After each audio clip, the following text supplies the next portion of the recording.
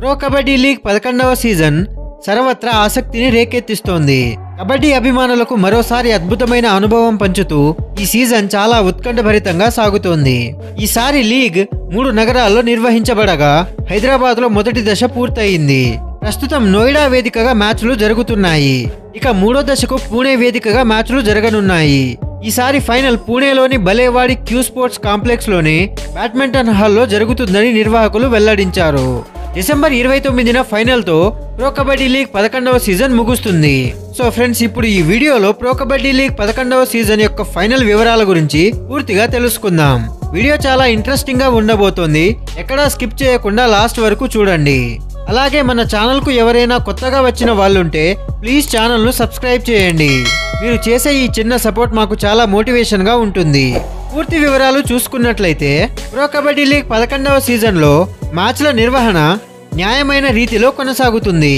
మొత్తం 3 దశలుగా మ్యాచ్ల షెడ్యూల్ ఏర్పాటు చేశారు. మొదటి దశను హైదరాబాద్ లో విజయవంతంగా ముగించారు. నోయిడా వేదికగా ప్రస్తుతం 2వ దశ కొనసాగుతుంది. డిసెంబర్ 3 నుంచి 3వ దశ పూణేలో ప్రారంభం కానుంది. పూణే వేదికగా మాత్రమే ప్లే ఆఫ్స్, సెమీఫైనల్స్, ఫైనల్ మ్యాచ్లు జరగనున్నాయి.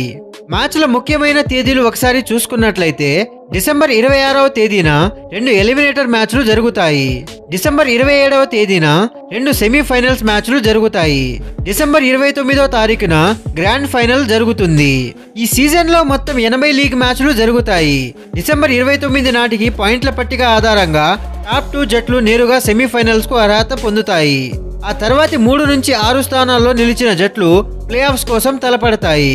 80 మ్యాచ్లు ముగిసేసరికి ప్రో కబడ్డీ లీగ్ 2024 పాయింట్ల పట్టికను ఒకసారి చూసుకున్నట్లయితే మొదటి స్థానంలో హర్యానా స్టీలర్స్ ఉంది. ఆడిన 14 మ్యాచ్ల్లో 11 మ్యాచ్లను గెలిచి 56 పాయింట్లతో అగ్రస్థానంలో ఉంది. యు ముంబా ఆడిన 13 మ్యాచ్ల్లో 8 మ్యాచ్ల్లో విజయాన్ని సాధించి 45 పాయింట్లతో 2వ స్థానంలో కొనసాగుతుంది. దబాంగ్ ఢిల్లీ 14 మ్యాచ్ల్లో 6 మ్యాచ్లను గెలిచి 43 పాయింట్లతో 3వ స్థానంలో కొనసాగుతోంది. తెలుగు టైటాన్స్ 13 మ్యాచ్లు ఆడగా అందులో 8 విజయాలను సాధించి 43 పాయింట్లతో 4వ స్థానంలో కొనసాగుతోంది. పట్నా పైరేట్స్ 13 మ్యాచ్లను ఆడి అందులో 7 విజయాలను సాధించి 43 పాయింట్లతో 5వ స్థానంలో కొనసాగుతోంది. పునరి పల్టాన్ 14 మ్యాచ్లను ఆడి అందులో 6 విజయాలను సాధించి 42 పాయింట్లతో 6వ స్థానంలో కొనసాగుతోంది. జైపూర్ పింక్ ప్యాంథర్స్ ఆడిన మ్యాచ్లు 13, అందులో 7 విజయాలను సాధించి ఒక టై మ్యాచ్ తో 40 పాయింట్లతో 7వ స్థానంలో కొనసాగుతోంది. యూపీ యోధాస్ 13 మ్యాచ్లను ఆడి అందులో 6 విజయాలను సాధించి ఒక టై మ్యాచ్ తో 38 పాయింట్లతో 8వ స్థానంలో కొనసాగుతోంది. తమిళ తలైవాస్ 13 మ్యాచ్లు ఆడి అందులో 5 విజయాలు సాధించి ఒక టై మ్యాచ్ తో 33 పాయింట్లతో 9వ స్థానంలో కొనసాగుతోంది. బెంగాల్ వారియర్స్ 13 మ్యాచ్లు ఆడి అందులో 3 విజయాలు సాధించి 2 టై మ్యాచ్లతో 25 పాయింట్లతో 10వ స్థానంలో కొనసాగుతోంది.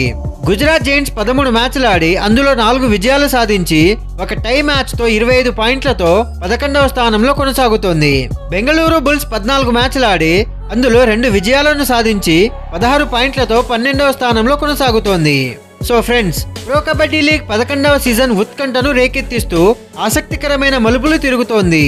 అగ్రస్థానంలో ఉన్న హర్యానా స్టీలర్స్, ఆ తర్వాత స్థానం కోసం పోటీ పడుతున్న you Mumba, Telugu Titans, Patna pirates వంటి జట్లు సెమీఫైనల్స్ కు చేరడం కోసం గట్టి పోరాటం చేస్తున్నాయి. డిసెంబర్ 29న జరిగే ఫైనల్ కోసం అభిమానులు వేల కళ్లతో ఎదురు చూస్తున్నారు.